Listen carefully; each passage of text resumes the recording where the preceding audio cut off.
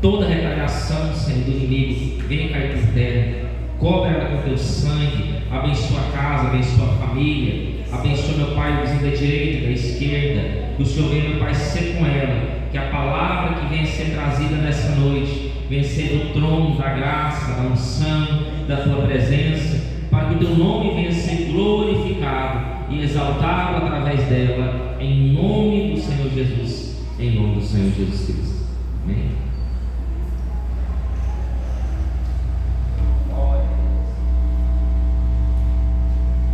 Glória a Deus. Cumprimento os irmãos com a paz do Senhor, amém? Aleluia.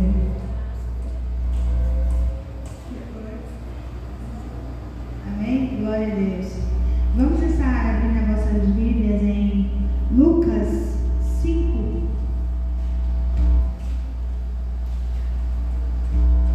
Lucas 5.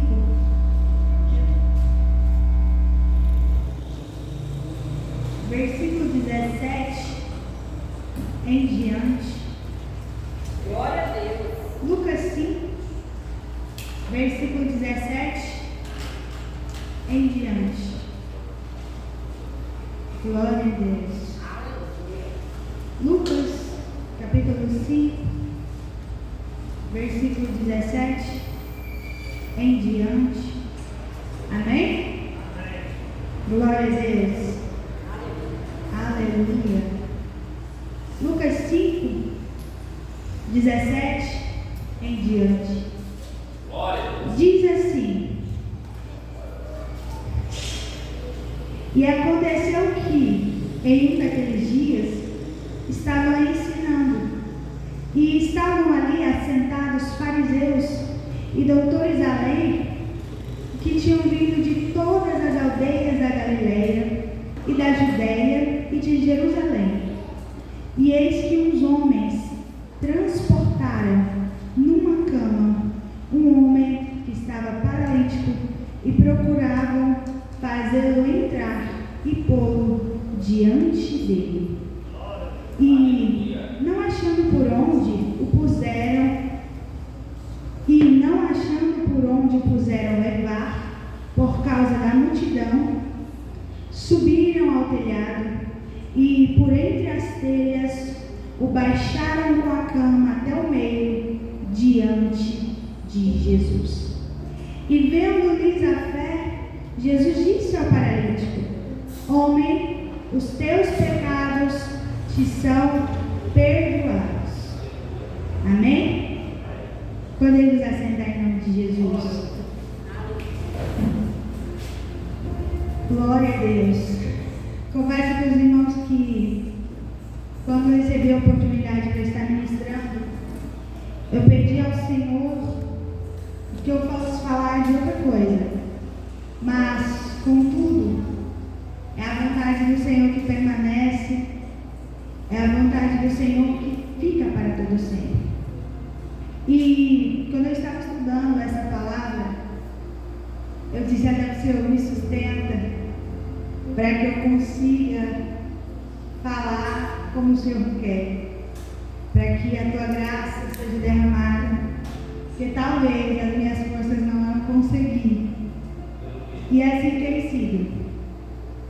Mas vai dar certo em nome de Jesus. Aqui, nessa parábola, nós temos uns participantes principais. Mas hoje o foco é Cristo. A palavra vai nos dizer de uma cura que ele realizou em um paralítico que estava em Cafarnaum.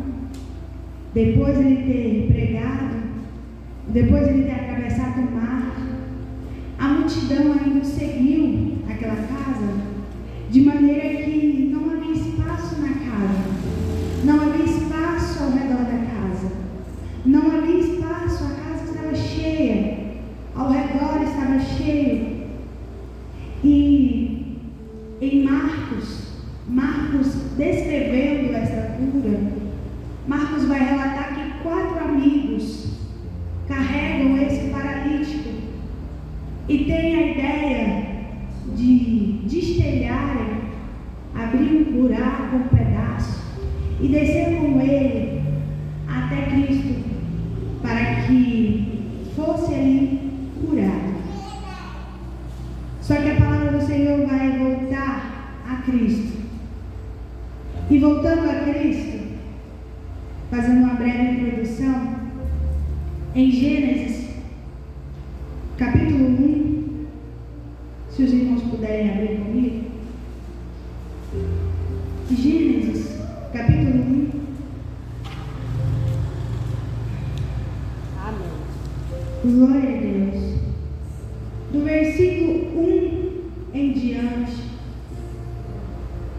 Gênesis capítulo 1, do versículo 1 em diante, vai dizer: no princípio criou Deus os céus e a terra era sem forma e vazia, e havia trevas sobre a face do abismo, e o Espírito de Deus se movia sobre a face das águas.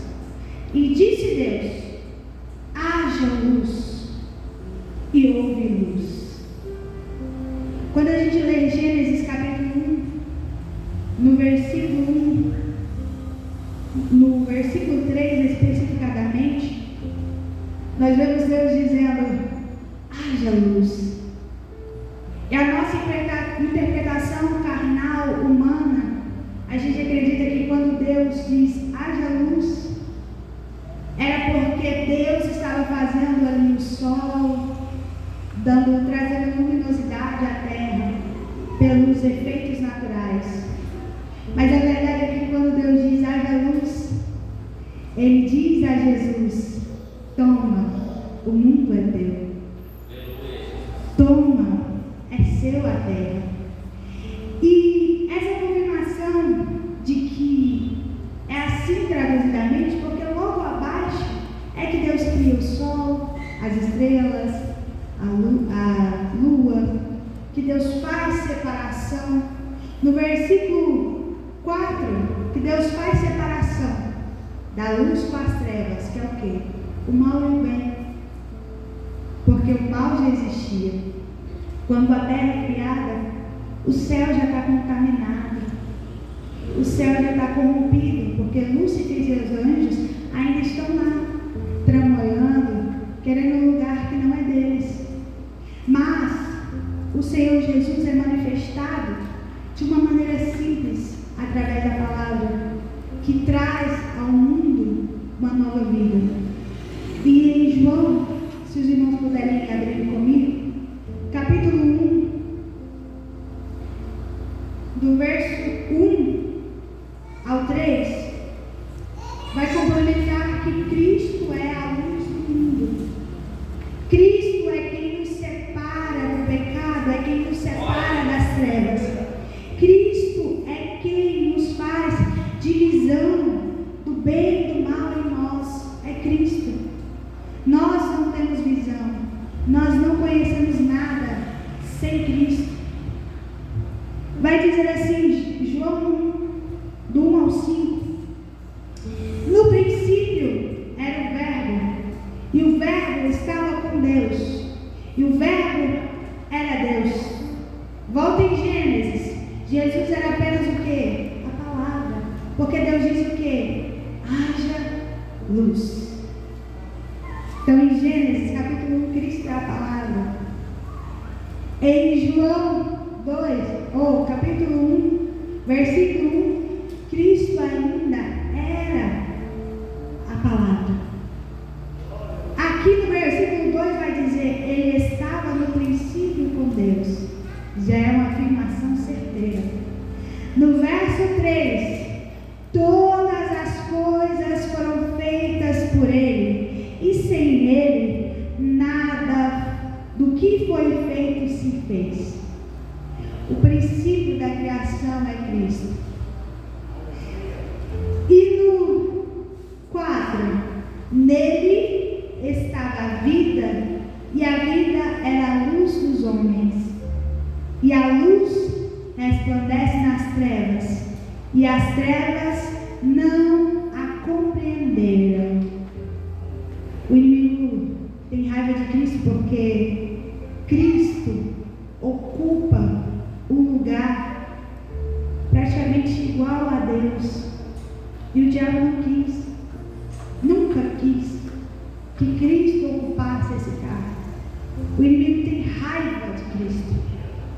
Ele sempre quis o pecado, ou quis a glória para si mesmo. E a glória de Deus só foi dividida com alguém, com Cristo. E essa glória só é compartilhada conosco quando nos arrependemos e temos uma transformação de vida. Então, o Cristo de Gênesis da criação, o Cristo de João, é que nos faz ter a luz, ter a vida, ter clareza, ter paz, ter tudo. O Cristo que Isaías, o profeta messiânico, pregou e falou acerca dele 700 anos antes dele nascer. E se você for estudar, foi um dos profetas únicos que falou da vida, da morte, dos milagres, da ressurreição de Cristo. Isaías lhe conta tudo detalhadamente 700 anos antes. Que Cristo é esse? Que antes mesmo de se manifestar na terra, já tem o poder de só de uma palavra tudo ser transformado. Que Cristo é esse? Que mesmo antes de nascer, o inferno já tremia ao seu nascimento. Que Cristo é esse que Lucas vai complementar um pouco da sua história e dos seus milagres. Um Cristo que desde o seu nascimento foi perseguido. Herodes tentou matar, mas o engraçado é que Cristo vai usar novamente a luz ao sinalizar aonde estava através da estrela. E Apocalipse vai dizer que Cristo diz: eu sou a estrela resplandecente da manhã. E foi a estrela que Cristo usou como sinal para guiar os magos até ele. Cristo, ele é tão incrível, tão poderoso, que só a existência dele faz com que o mundo todo seja diferente, seja transformado. E ao longo do nascimento de Cristo, ao longo da trajetória de Cristo, ao longo da narrativa de Cristo, a gente vê diversos exemplos. O primeiro exemplo foi perseguição. Antes mesmo de nascer, já queriam matá-lo. Segundo exemplo é poder, honra e glória. Um Cristo que desde o ventre já manifestava em outras pessoas o poder do Espírito, como aconteceu com Isabel. Um Cristo que desde criança era encontrado dentro do templo pregando e colocando os doutores da lei no chinelo, porque ele dominava bem a palavra de Deus. Um Cristo que pregou a verdade. Eu posso dizer, o verdadeiro enviado de Deus, o verdadeiro sumo sacerdote, a oferta incomparável. Se você for ler a Bíblia e ver todos os milagres que Cristo fez, eu acredito que mesmo se escrevesse com todas as tintas e todos os pincéis, todas as canetas, sobre as maravilhas que Cristo fez, ou pode fazer ainda, não caberia em nenhum papel, não teria tinta suficiente. Porque ao ver os relatos dos milagres, a primeira coisa que a gente vê é que Cristo sempre atraía multidões.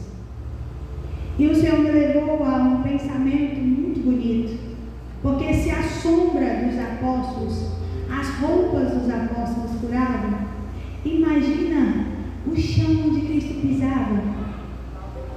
Imagina a fonte onde Cristo lavava as mãos. Imagina Cristo chegando, arrastando multidões, e Ele está aqui, pessoas lá do outro lado do quarteirão, só de imaginar a presença dEle, já serem tocados por Ele. Vocês conseguem imaginar? Conseguem imaginar o Cristo que mesmo pessoas que não podiam chegar perto dEle, tinha força e ânimo para correr atrás dEle. O Cristo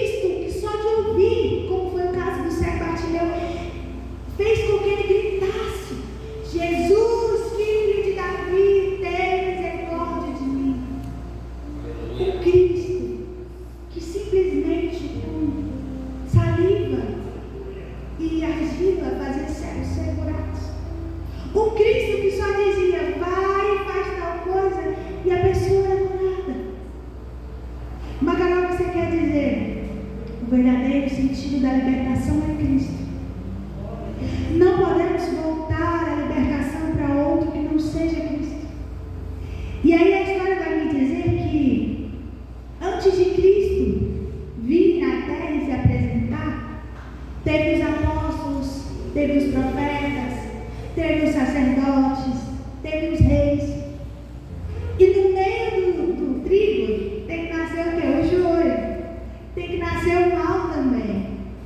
E foi criado assim 3 grupos distintos, chamados fariseus, saduceus, bora? Eu esqueci o outro. E os escribas, oh glória. E o engraçado é que às vezes a gente olha e pensa assim, os 3 são iguais. Não. Cada um tem sua função. Os escribas, vamos lá, surgiram no meio de onde? Eles eram copistas e secretários na época do exílio de Babilônia. Eles tornaram-se especialistas na Torá, que era a lei de Moisés. Então, pera lá. No meio dos profetas, no meio dos sacerdotes, levanta-se um povo dividido em 3 categorias que serviam para quê? No início, eles queriam preservar a cultura judaica. Eles não queriam que fosse destruído os costumes deles, que a religião fosse apagada. Então, cria-se ali. Os escribas começam assim. Eles acreditavam apenas na lei de Moisés. O foco deles era esse. E eles dedicavam sua vida a estudar, aplicar a lei escrita na vida cotidiana do povo. Era aquele povo que, se dissesse assim, se tivesse escrito assim, se alguém te bater, você dá os 2 lados, ele fazia isso na prática. Eles obrigavam você a viver isso na prática. Um exemplo, certo? Os fariseus surgiram no século II, por volta da época dos Macabeus, contra o Império Seleucida. O nome fariseus significa os separados. Eles se separaram dos judeus que estavam adotando costumes gregos e dos sacerdotes corrompidos. Aparentemente, tudo certo, né? Eles eram leigos e muitos populares. Além da escrita, criaram e valorizaram a tradição oral. Acreditavam na ressurreição dos mortos e na existência dos anjos. Está vendo que o que eles acreditam e as características deles é diferente? Esses aqui, enquanto os outros eram mais estudiosos, esses aqui eram leigos. Não estudavam, não liam. Eles trabalhavam muito falando. Ele era mais daquele povo que falava.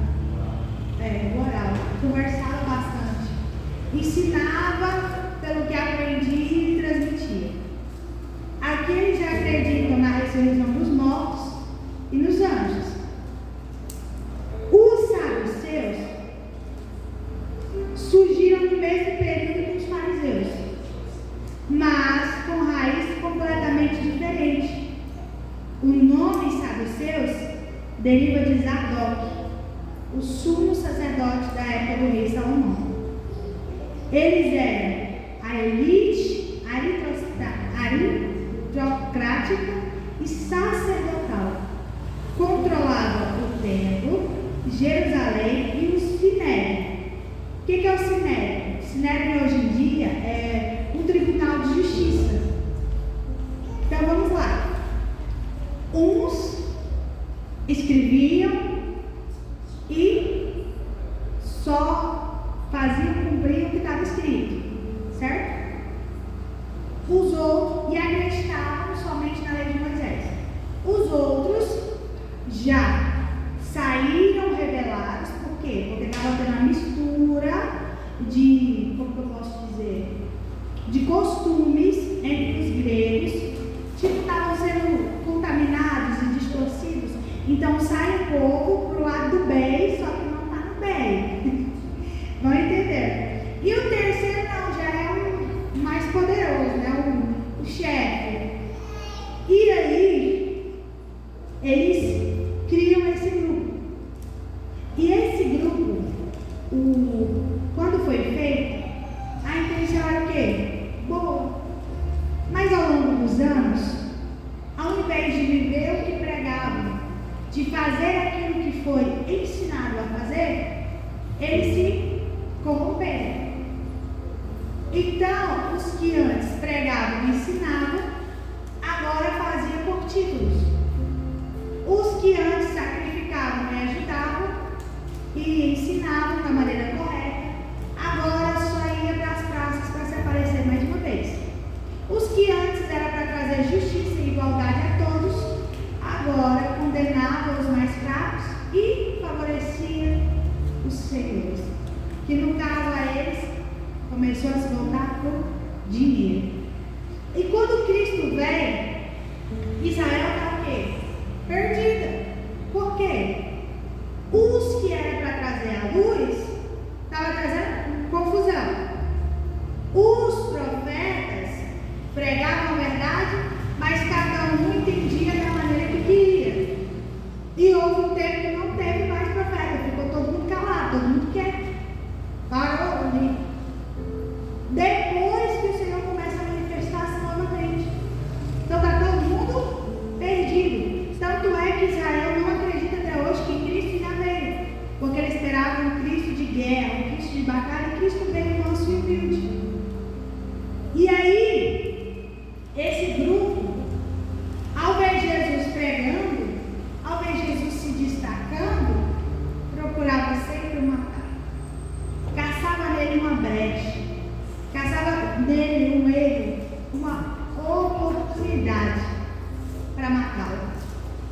Por diversas vezes, a Bíblia vai me dizer que eles só não assim fizeram por causa da multidão, porque eles não tinham provas. Jesus curava nos sábados, eles não queriam saber disso. Jesus curava, eles não queriam saber nada que Jesus fizesse. Mas você acha que eles não teriam poder e autoridade para curar? Teriam, se quisessem verdadeiramente. Mas é mais fácil criticar quem quer, quem busca, quem faz, do que se arrepender, buscar e fazer. E era exatamente isso que eles faziam. Chega um ponto que Cristo cita eles como sepulcros caiados, bonitos, ornamentados por fora, e por dentro só multidão. Porque eles vestiam roupas de sacrifício, passavam ungüentos, óleos, iam para as praças gritar, fazer sacrifício, e o coração deles estava imundos. Eles só iam para mostrar o povo que eles estavam fazendo algo. Eles iam para a casa das viúvas e ao invés de ajudar, eles comiam o que tinha, queria rapar tudo. E não era isso que Cristo nos ensinou. E aí eles começam a perseguir Cristo. E em todos os milagres, aonde Cristo estava, se você olhar no texto, vai dizer, estavam ali reunidos os fariseus, os escribas, sempre vai citar, porque eles sempre estão atrás de Cristo, procurando uma brecha para acabar com Cristo. Mas chega um dia em que isso acontece. Eles matam a Cristo, mas eles não matam a mensagem que Cristo pregava. Eles não destruem, eles não tiram a unção de Cristo por onde ele passou. Porque se você chegar na casa de Jairo e perguntar, Jairo, quem foi Cristo para você? Ele vai dizer, foi o homem que ressuscitou a minha filha, e eu não era nem digno que ele entrasse na minha casa. Aleluia. Se você chegar para o cego Bartimeu e dizer, cego Bartimeu, quem foi Cristo quando estava aqui? Ele vai dizer, foi o único que me ouviu verdadeiramente e resolveu o meu problema.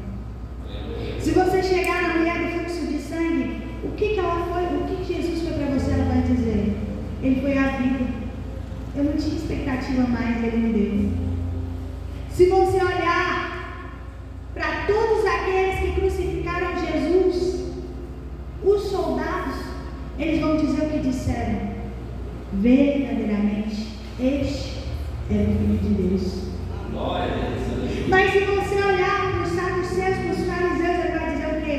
É o chefe dos demônios. Ele está louco. Está falando heresia. Aqui, voltando para o texto inicial que nós lemos, em Lucas, para aquele paralítico, Jesus era uma qualidade de vida, era uma melhoria, era algo diferente. Só que se você voltar no texto, Lucas 5, 18,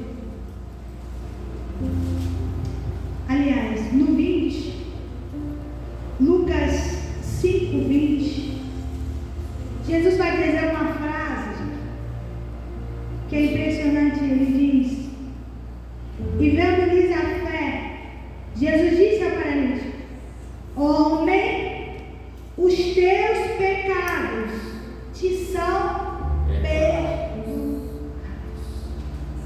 Você pode repetir isso? Observa que o homem está em H maiúsculo. Jesus não disse assim, homem. Jesus disse assim, homem, os teus pecados te são perdoados. O que o paralítico foi buscar? Cura. O que Cristo tinha para ele? Vida. Melhor do que curar a carne, qualquer problema físico, é ter seu espírito liberto e sua alma salva. Melhor do que curar qualquer coisa material, é se libertar de todo o fardo espiritual, de todos aqueles erros. Porque se você ler o texto, Jesus disse: os teus pecados são perdoados, e o homem andou. Estou perguntando, quando Jesus disse: os teus pecados são perdoados, ele levantou da cama e andou? Não.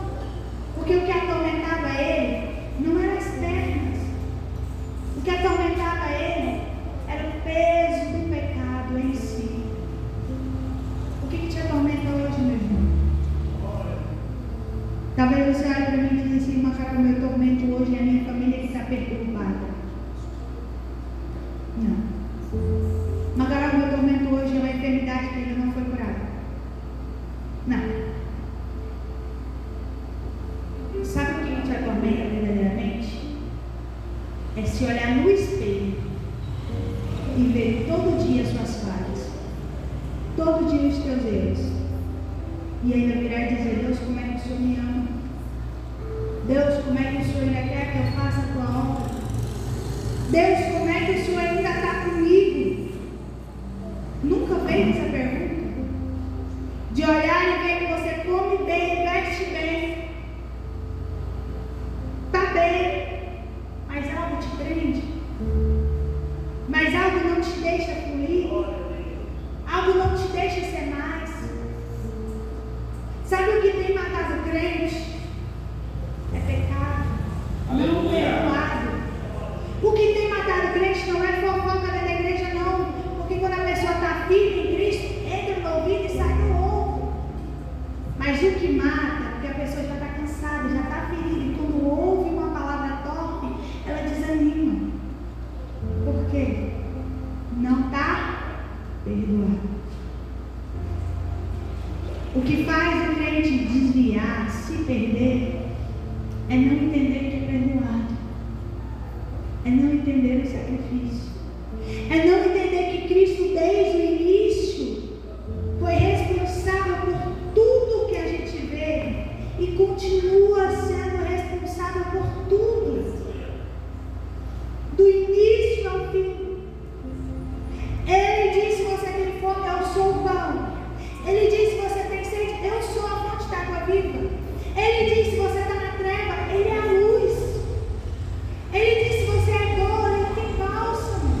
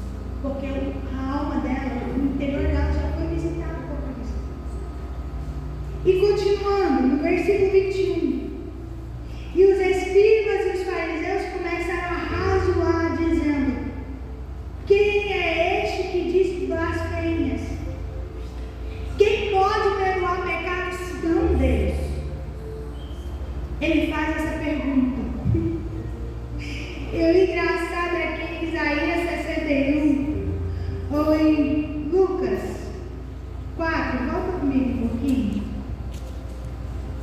Lucas 4, do 16 ao 21.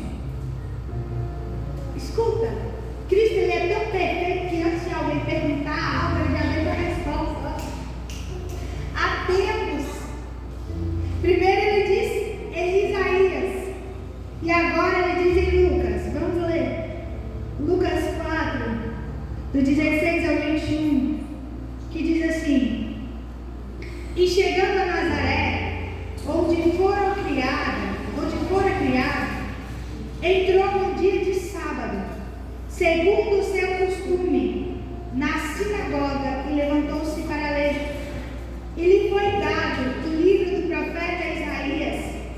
E enquanto abriu o livro, achou o lugar em que estava escrito: o Espírito do Senhor é sobre mim, pois me ungiu para evangelizar os pobres, enviou-me a curar os quebrantados do coração, a apregoar liberdade aos cativos, a dar vista aos cegos, a pôr em liberdade os oprimidos, a anunciar o ano aceitável do Senhor. E cerrando o livro e tornando a dá-lo ao ministro, assentou-se, e os olhos de todos na sinagoga estavam fitos nele. Então começou a dizer-lhes: hoje se cumpriu esta escritura em vossos ouvidos. Glória a Deus. Isaías, 700 anos antes do nascimento de Jesus, escreve em Isaías 61, versículo 1 em diante, a mesma frase que Cristo diz em Lucas 4. E responde os fariseus e saduceus, muitos antes deles perguntarem, que perguntam assim: quem é este que tem o poder de perdoar? Está falando blasfêmia. O único que pode perdoar é Deus. E aí Cristo diz: o Espírito do Senhor está sobre mim. Ele olha para os fariseus traduzidamente e diz: não sabeis que eu sou o próprio Deus encarnado? Não sabeis que eu sou aquela profecia que Isaías disse? Não sabeis que eu sou? Mesmo tendo todo o conhecimento das palavras, ainda não sabe quem sou eu? É como se Cristo estivesse dizendo isso. E Cristo disse para todo mundo: olha, a profecia se cumpriu aqui. Vocês ouvem ela. E aqui, voltando ao texto, Jesus olha para eles e diz assim: qual é mais fácil? Qual é mais fácil? Dizer para esse homem: está perdoado os teus pecados? Ou te dizer: levanta e anda? Cristo está perguntando para ele no versículo 23. Imagina o argumento deles acabando nesse momento. Eles caçando brecha para destruir Cristo. Cristo olha para eles e diz assim: qual é mais fácil? Cristo olha para eles e diz assim: está pensando que eu não posso fazer o que eu fui designado para fazer? Está pensando que eu não posso? O que é melhor? Ser perdoado por inteiro ou só exteriormente? E aí eles calam a boca de uma maneira sem argumento, e Cristo olha para eles e diz assim: ó, para que saibais que o Filho do Homem tem poder sobre a terra, isso que o paralítico estava onde? Deitado. Vendo aquela turbulência, o paralítico lá deitado, porque ele não recebeu o milagre completo. E aí Jesus olha para ele e diz assim: ó, levanta, toma tua cama e volta para tua casa. O que o paralítico fez? Levantou imediatamente. Pegou a cama, voltou para casa, glorificando o nome do Senhor por onde ele ia. Glória a Deus. E aí, no versículo 26 vai dizer: e todos ficaram maravilhados e glorificaram a Deus, e foram cheios de temor, dizendo: hoje vimos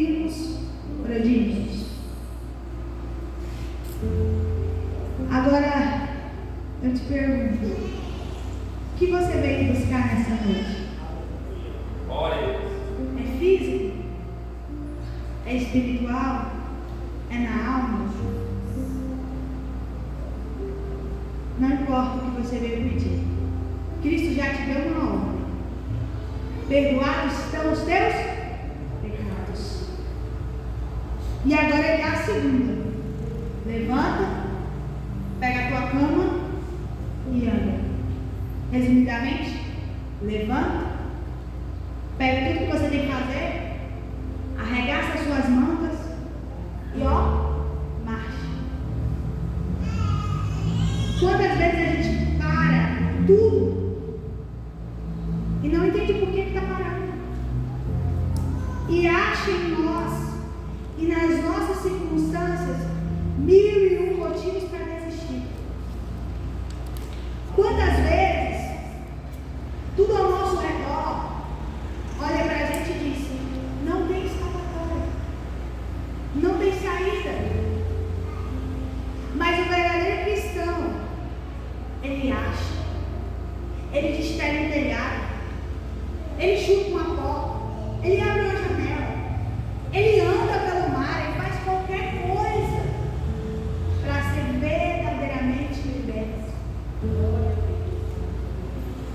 Não fugindo do assunto, mas eu conheço relatos, particularmente da minha mãe, que ela falava assim para mim, que quando estava as crises dela muito fortes, de abstinência, ela dava quilômetros e quilômetros de distância a pé para conseguir pegar um negocinho daqueles que vocês sabem, não?